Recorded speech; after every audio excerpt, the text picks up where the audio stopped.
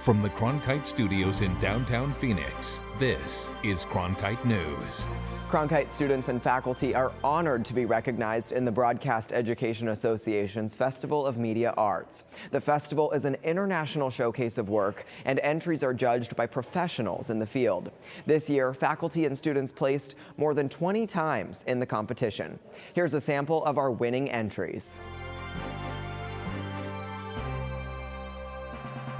The Angels' Eric Young Jr. is a second-generation major leaguer. His father, Eric Young Sr., played 15 years in the big leagues. Last January, a third Eric Young entered the world. But as Troy Lynch explains, Eric Young Jr. suffered a devastating loss just days later, a loss that he carries with him every day that he steps onto the baseball field.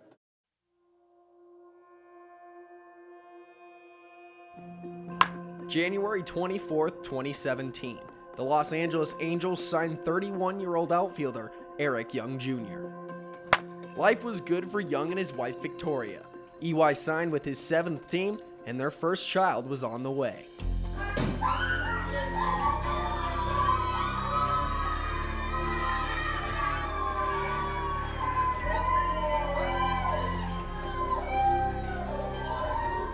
But before the Youngs knew it, their lives would change forever.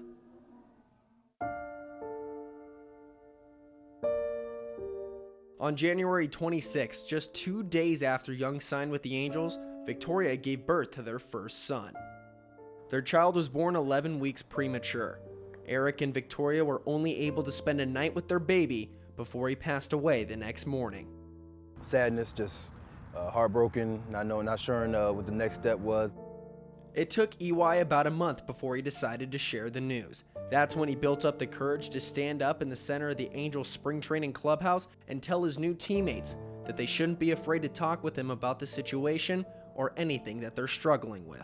It really was just me kind of letting them know what happened, just so if I did have a down day, they wasn't alarmed. Then I just started talking from the heart, and ended up being I guess more of a motivational speech, and definitely wasn't planned. And I know a lot of the guys were appreciative. A lot of guys came and shared some of their stories with me that they've been going through. You don't want to feel sad for people, but you feel sad for them. It was their first son.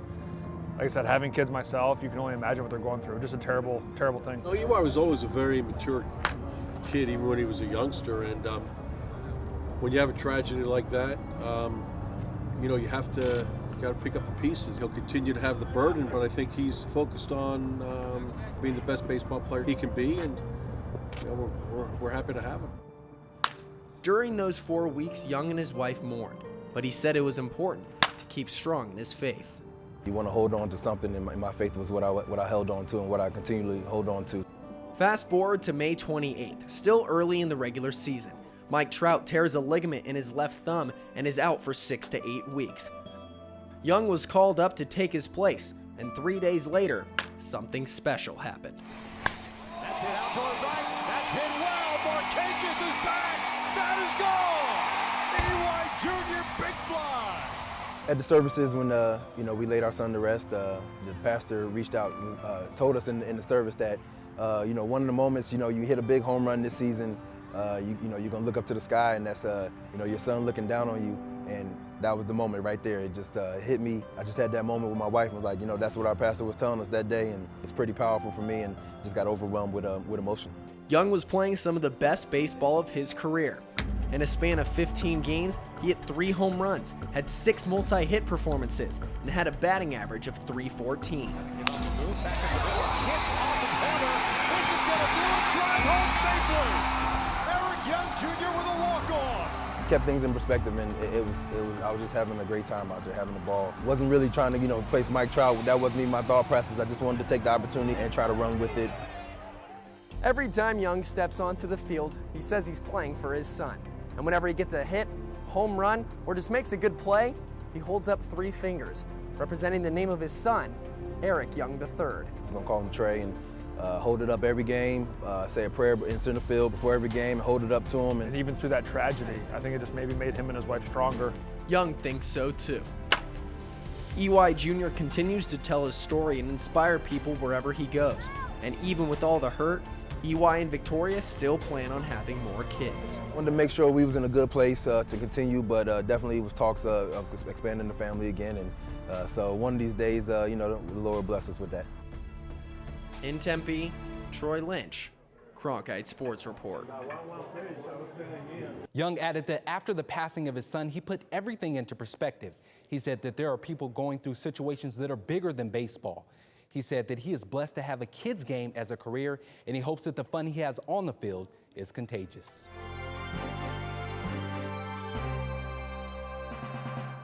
In Maricopa County, there are hundreds of homeless veterans who have dealt with issues ranging from incarceration to drug addiction. Now, one organization is working to improve these veterans' lives. Reporter Matt Lively went to Flagstaff to see the power of healing through bonding.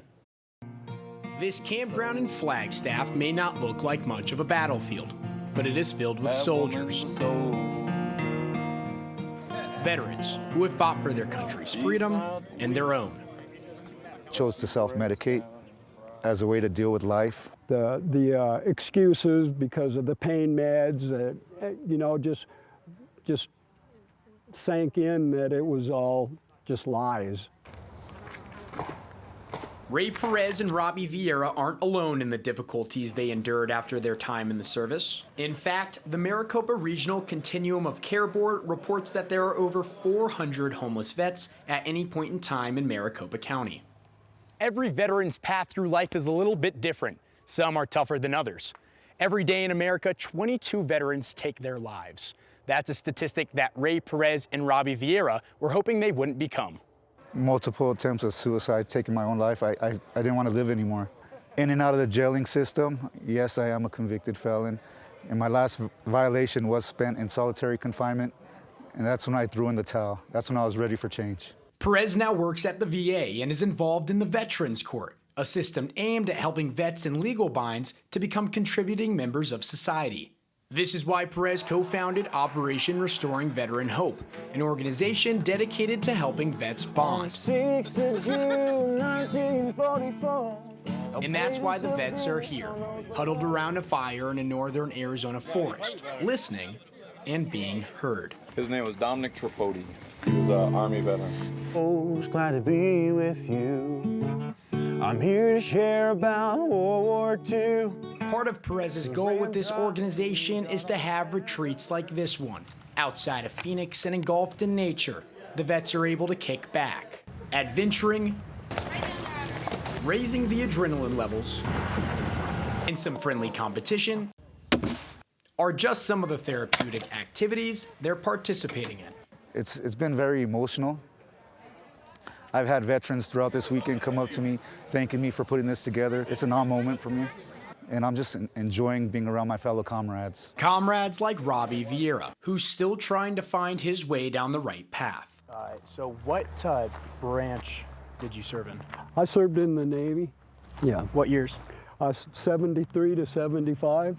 12 years of jail and prison, and homeless. It's been a long, disappointing life as far as my criminal situation. But I've known, a lot of real good life. I'm older now, so it wasn't all bad.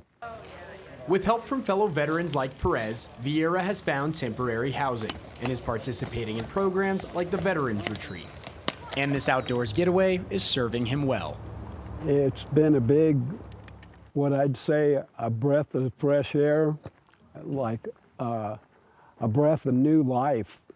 It's been so relaxing and so peaceful that I could actually feel the serenity and the beauty of life again.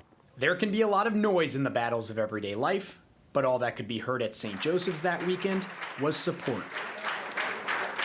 Post-military, we deal with life, ups and downs and all around. And we get kicked down, we beat ourselves up, and sometimes we feel less than and we feel hopeless. And the goal for all this is to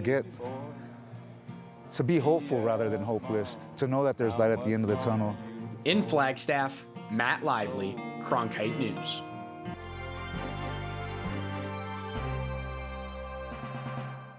Havasupai Falls is an iconic natural landmark at the bottom of the Grand Canyon. Hundreds visit its turquoise waters every year. Cronkite News reporter Lillian Donahue went to the village of Supai, where those who call Havasupai home are fearful of their future.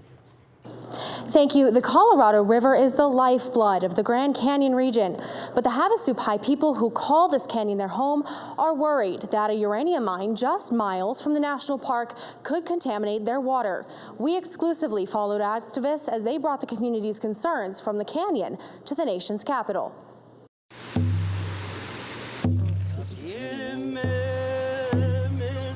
Havasupai, that means people of the blue-green water. That's who we are. That's our identity right there. Tucked in the southwest corner of the Grand Canyon is a community of 700 men, women, and children of the Havasupai tribe fighting for their future. As a uranium mine hopes to begin production this year, just 6 miles south from the Grand Canyon National Park. It's threatening our whole lives down here. You know, we have children, we've grown up here, we plant corn, we depend on the water.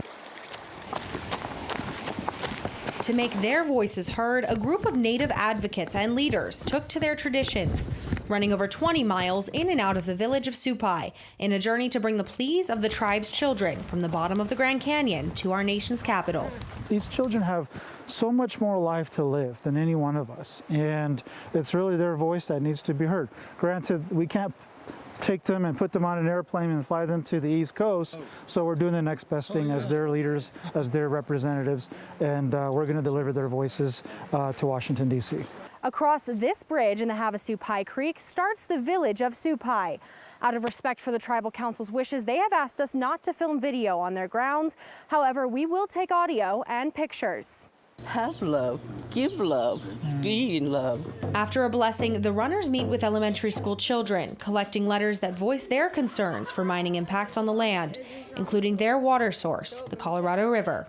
Dear Mr. President, I'm a student at Havasupai Elementary School and a member of the Havasupai Baja tribe. In 2012, the Obama administration instituted a 20-year ban on new uranium mining.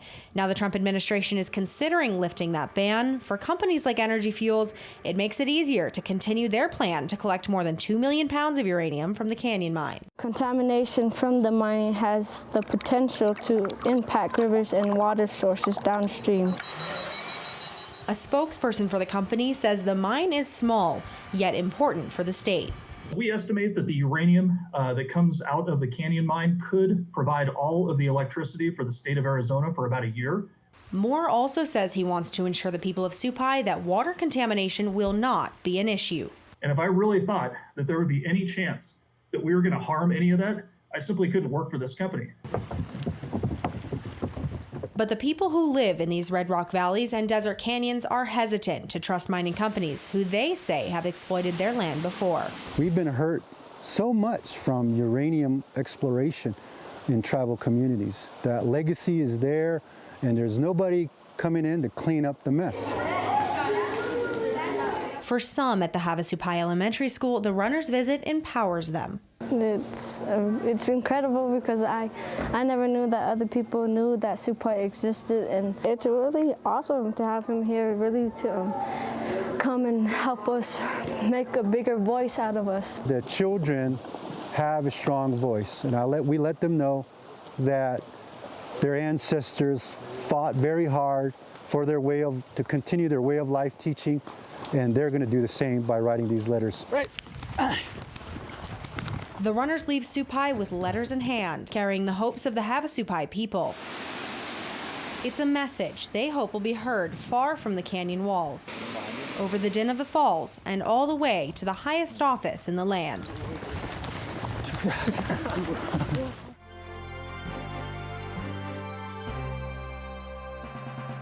Eric Kibler, the only baseball coach Horizon High School has ever known, is out at the end of the season.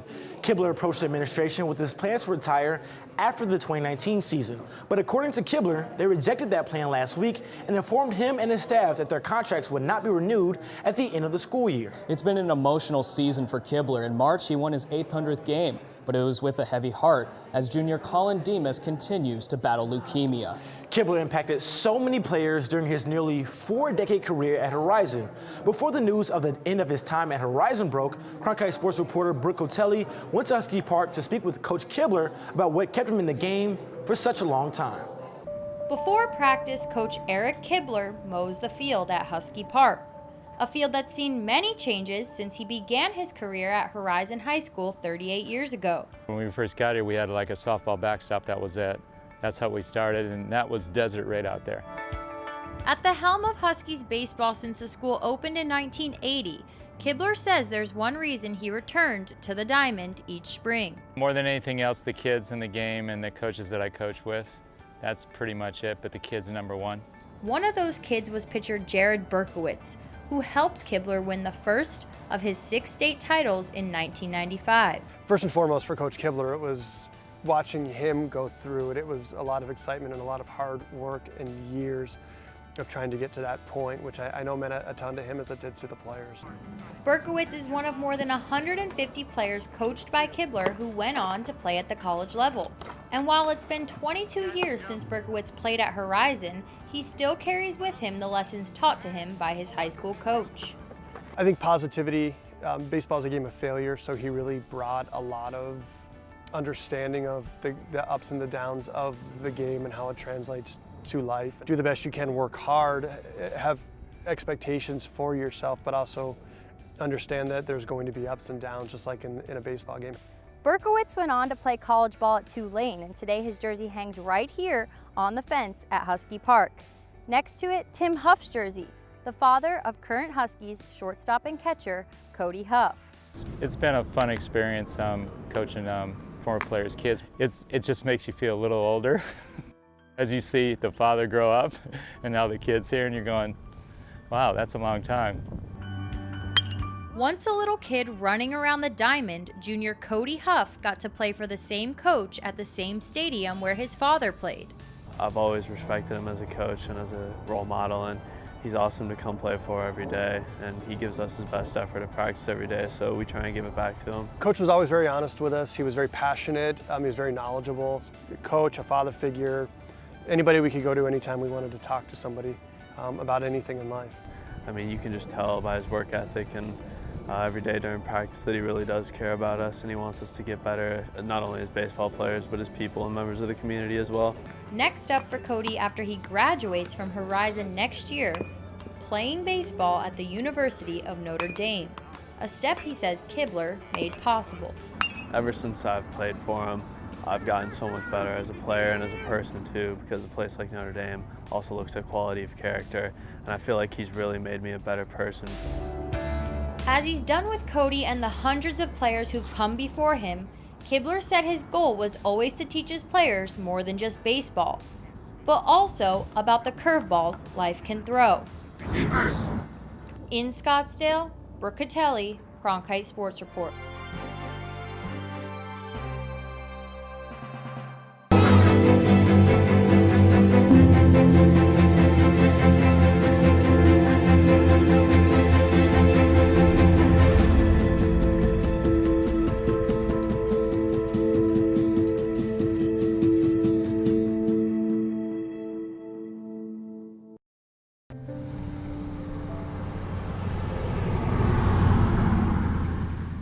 The Klan are still all over Mississippi, in fact, all over the South, some, but in small numbers, ain't many of them, and they have no kind of influence on nobody, and they're afraid to attack us because no, we're not going to turn the other cheek. Medgar was my brother. He was the head of the NAACP. He was killed by one of them old crazy racist white men who thought he stopped the movement, and he just inspired it. See, what white folk didn't realize, the more you kill one, the better it made the movement for us. Yeah, this was his driveway.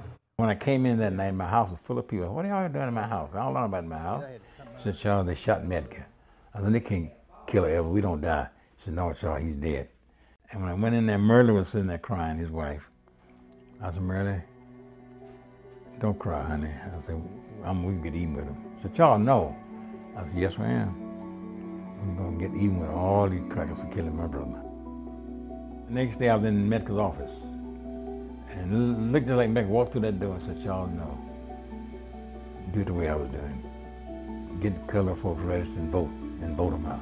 I realized killing wasn't the answer, and that's what changed me.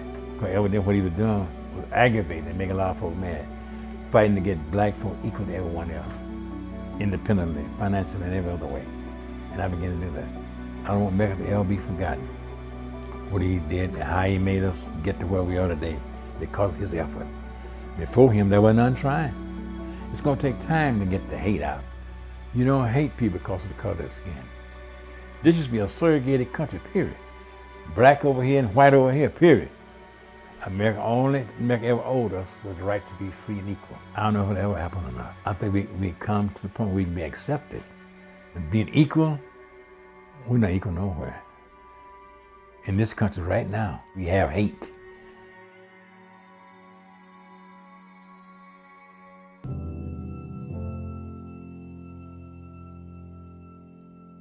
You can never forget what we drove up on. We drove up on a body that had the left shoulder and the head missing. You could see where there was a trail in this road, and the trail went from one side of the road to the other side of the road. Been a part of anything to where you saw the results of pure hate. I didn't know people thought the way some people think. To kill somebody, to tie them to a truck and drag them for 3 miles with a chain. It's so far over my head. There's so much hate that's involved in that it's just kind of incomprehensible to me. And when I walked in to tell the family, Papa Bird, Mama Bird, they already knew. But we all cried together. We all prayed together. And I made Mr. Bird a promise that we wasn't gonna quit till we got the people in jail.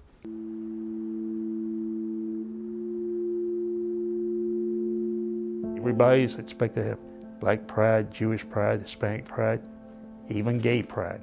But for some reason, if you express white pride, you're going to be a bad guy.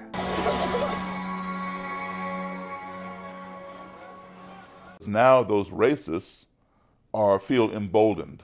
They feel they have carte blanche because the supreme leader of the country has more or less given them his blessing, whether he meant to or not. I'm not saying he's a racist. I'm just saying some of his words are interpreted as such that people who have that feel interpret them that way, and they go out and act upon them. August 12th in Charlottesville, Virginia was the equivalent of some kind of war zone. There were snipers on roofs all around the park. There were blockades, police cars, there were all kinds of tanks and this overly militarized police presence. There were just gangs of white supremacists roving together, yelling and chanting with flags and shields and sticks. They were here to yell, they were here to fight, they were here to kill. And all of those things happened.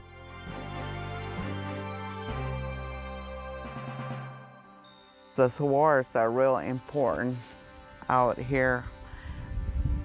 We look at them like people, like our ancestors.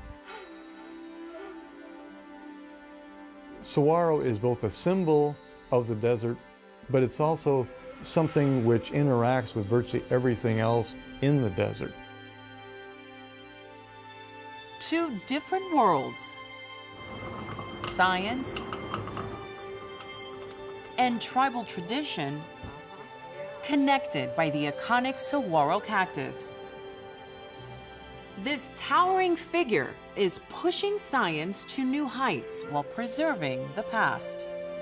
Dr. Martin Wojciechowski looks to discover the genetic history behind this cactus, while Stella Tucker works to keep tradition alive.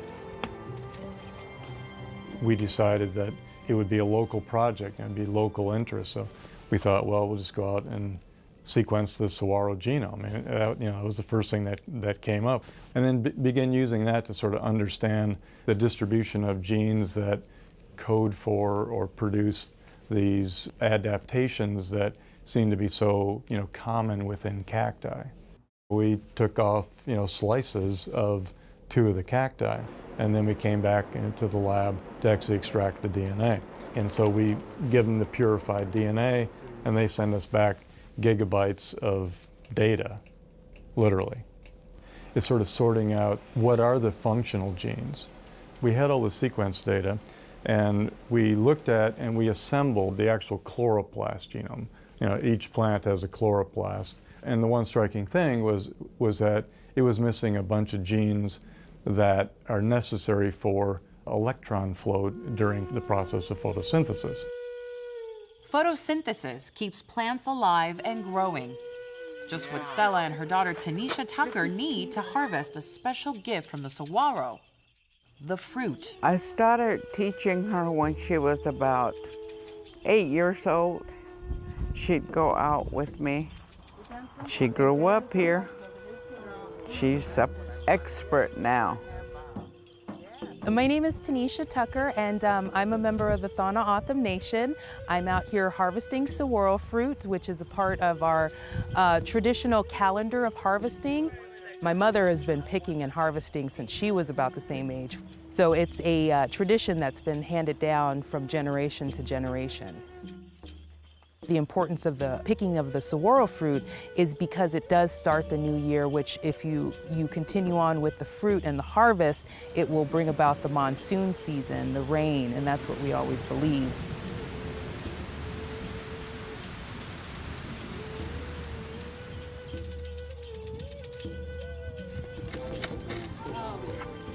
Thank you for joining us for this special edition of Cronkite News. For top stories anytime, go to cronkitenews.azpbs.org.